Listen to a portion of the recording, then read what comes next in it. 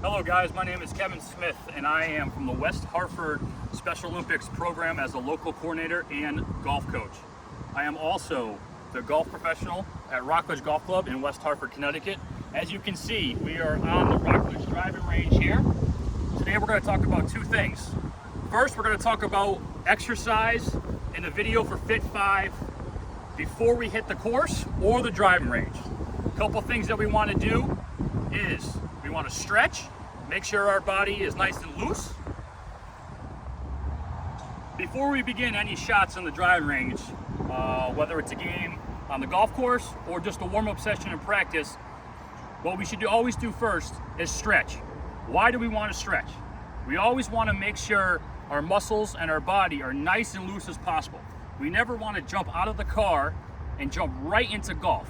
We might pull a muscle, hurt your back, or whatever other ailments that we deal with. So a couple of things that we do here at West Hartford Special Olympics is we like to work our upper body with our shoulders, our waist, and then we work on our lower body in a pre-warm-up setting.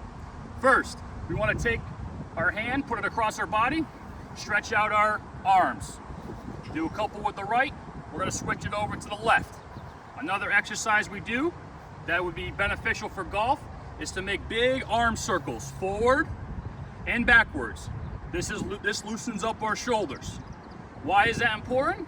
Because as we know, the golf swing is from our upper body. We want to make a nice turn, back and forth, all the way through. Another exercise we would like to work on is our body rotation. How do we get the golf club up and turn all the way through? Comes with our power from our hips. So a good exercise to do that is we slide back and forth.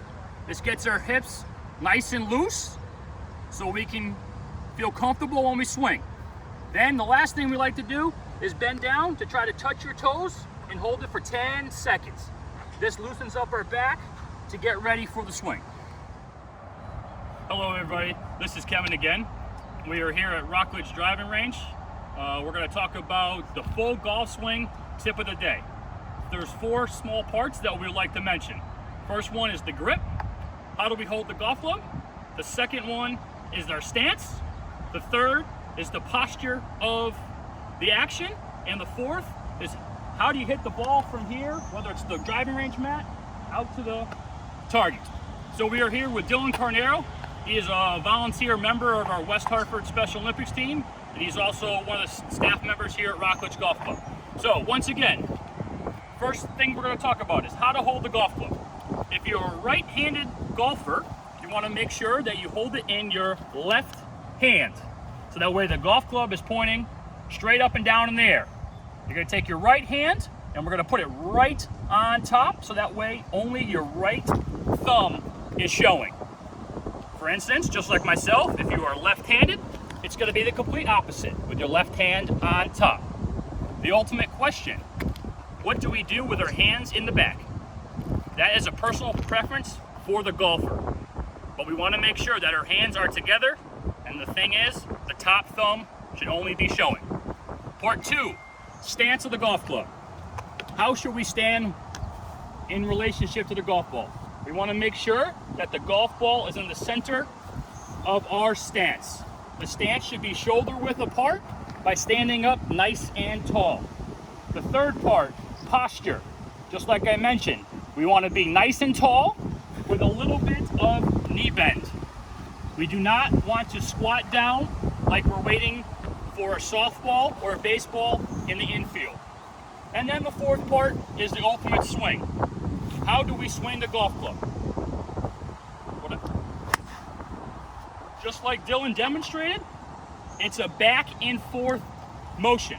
What I like to tell a lot of junior golfers, my Special Olympics athletes, or beginner golfers, is that golf swing is like the letter U of the alphabet. So as I hold on to Dylan's golf club here, we're going to take it straight back. We're going to bring it up top above his head if we can get there. We're going to come down the same way as possible.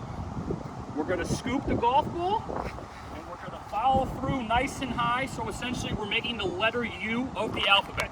That letter U is going to help the golf ball get up in the air. And because of the body rotation of his hips, because we loosened up prior in practice, that's what's going to give us the power of the swing. He's going to demonstrate one right here for us.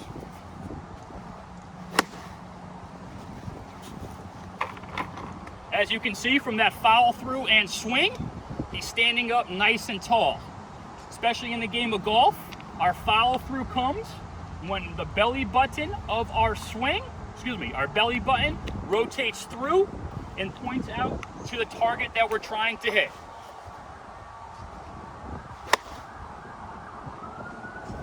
And the last thing, the balance is nice and tall.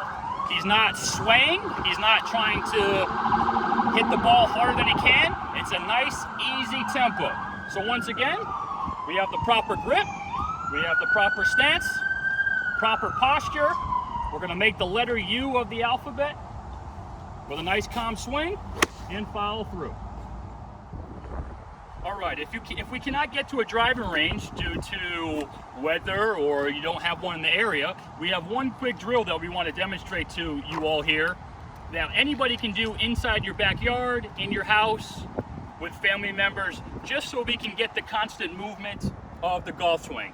So for instance here, we're holding a basket. If you're at your house, you can hold a basketball, a volleyball, a pillow, something that resembles an object that can be thrown nice and light.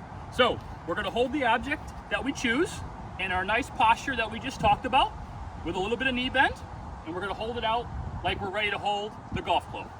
So what's going to happen here is we're going to take the basket or the object, we're going to bring it back like we're pretending to have a golf swing. We're going to follow through, and after you swing, you're going to release the basket to me. Go ahead and release. As you can see from Dylan's release, after he threw the basket to me, he's in a nice follow-through position. It's nice and calm. This drill makes it seem like our motion is wherever we point the golf club or the object, that is where the ball is going to go. Once again, we're going to take it nice and up, throw the basket, perfect. There, he's nice in line, hopefully with the target, right down the middle of the fairway with a nice posture, and because his belly button pointed out towards our target, we can see his back right foot. That is the proper follow through for the game of golf. We never want to hit the golf ball and stop. There's always a follow through aspect.